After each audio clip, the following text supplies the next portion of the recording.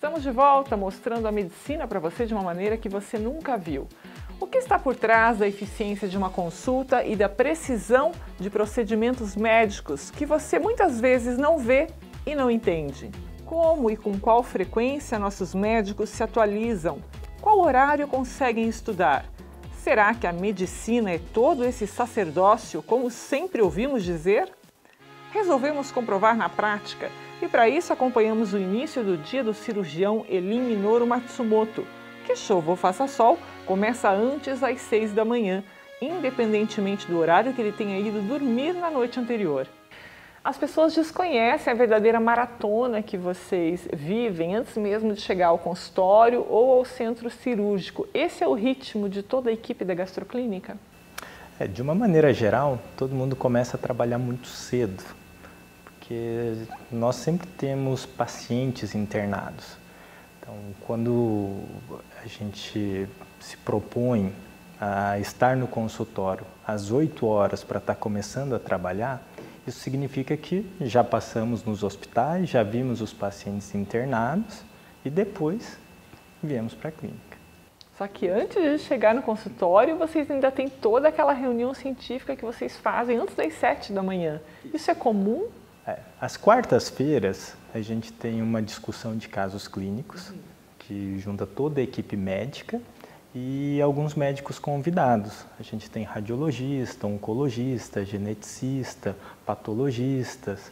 Então, a gente tem, além da nossa equipe aqui da gastroclínica, outros médicos que vêm nos auxiliar na discussão dos casos. Então, esses pacientes que a gente atende durante a semana e que ficam casos duvidosos, a gente sempre discute, nós sempre discutimos para ter uma conduta mais uniforme, uma conduta baseado em literatura, em experiências prévias.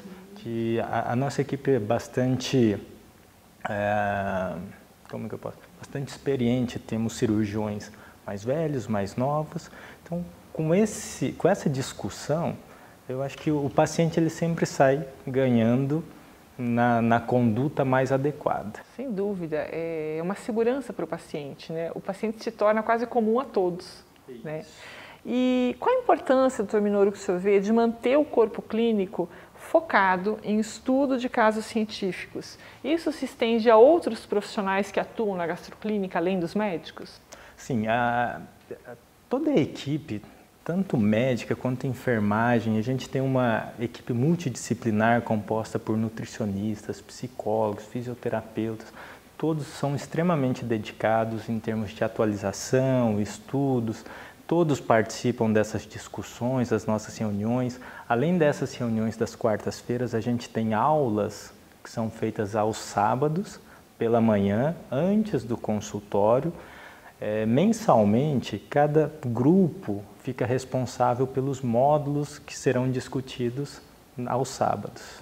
A melhora da qualidade do corpo clínico ele é extremamente importante, porque o objetivo principal é sempre o melhor atendimento e a resolutividade dos problemas dos pacientes. Então, quanto mais preparado o corpo clínico tiver, melhor vai ser todo esse fechamento, essa conclusão no tratamento dos nossos pacientes. A cada ano aumenta a procura por uma vaga nas faculdades de medicina mais destacadas do país, tendo o candidato que ter boas notas nas provas do rigoroso vestibular. Mas será que a formação profissional é o suficiente para que o futuro médico possa diagnosticar e tratar com eficiência o paciente? Para responder a essa pergunta, conversamos com o cirurgião Univaldo Sagai, que também preside a Sociedade Paranaense de Coloproctologia. Dr. Sagai, o que determina realmente o sucesso de um profissional da medicina? Olha, Soraya, o sucesso, né, de um profissional da medicina, principalmente, são aquelas pessoas assim, diferenciadas, inteligentes, que estudam muito, que usam muita tecnologia. Mas somente isso não é o suficiente para o sucesso. Por quê? Porque a medicina é uma área extremamente nobre e sensível para toda a sociedade. Então, o médico ele tem que ter um conhecimento social muito forte, ele tem que saber da importância de ser médico, ele tem que ter um comprometimento humanístico, ele tem que ser muito humano e hoje o médico ele tem também que ser emocional, espiritual, preocupar com essa parte dos pacientes. Então o médico ele tem que ser muito responsável, muito comprometido e tem que ter uma noção muito clara da importância da sua profissão.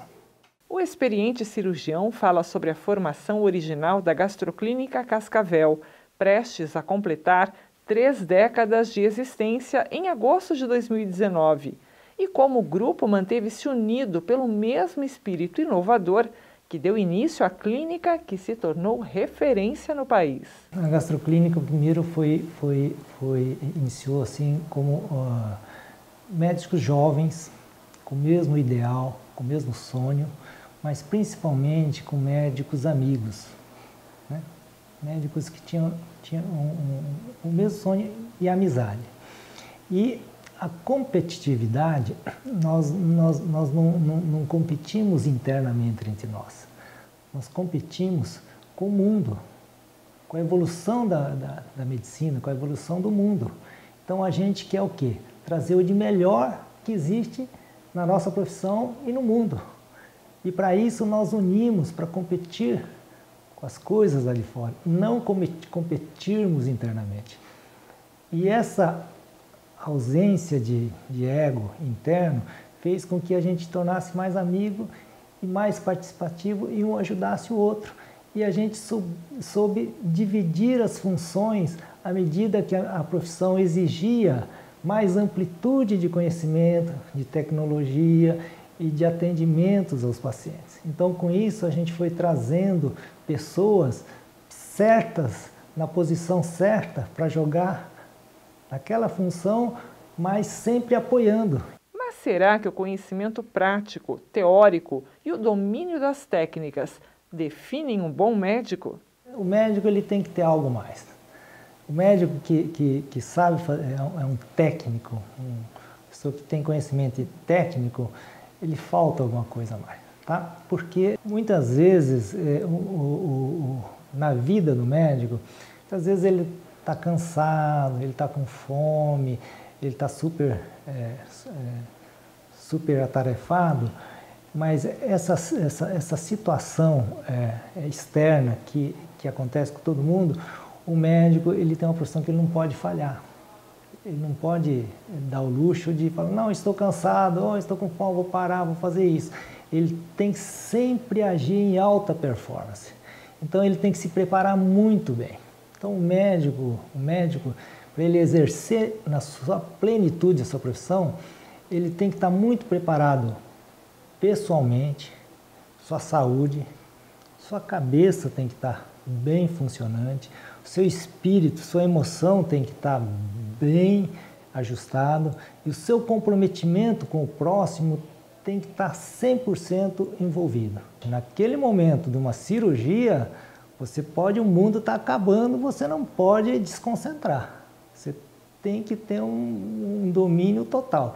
E isso não é fácil, isso são para poucos. Por isso que poucos conseguem chegar no nível extremamente elevado, né? E a gente tenta fazer isso, a gente treina para fazer isso, a gente se esforça para fazer isso. E a gente sempre está martelando na cabeça dos mais jovens que tem que ser assim. Se não for assim, a gente não vai ser um profissional de alto nível e ter aquele resultado que a gente sempre espera, né? Que eu digo, todos nós, principalmente as pessoas que nos procuram, esperam aquele resultado. E é isso que a gente busca. Dr. Sagai, numa palavra, o que a medicina representa para o senhor? A medicina, eu falo com os meus alunos, né, que é a profissão mais nobre, mais divina que existe. Se você entender o que é ser médico, a importância, o alcance do poder que você tem sobre as pessoas, sobre uma sociedade, sobre uma riqueza de um país, sobre a emoção de um país, se ele entendeu tudo isso, ele entendeu a vida. E o programa chegou ao final, espero que vocês tenham aproveitado. E você já sabe, se você quiser acessar alguma entrevista ou dicas de saúde e bem-estar, acesse www.medicinesaude.tv.br. A gente vai ficando por aqui, excelente domingo, boa semana, a gente se encontra de novo domingo que vem, se Deus quiser, às 8h30 da manhã. Beijo, tchau!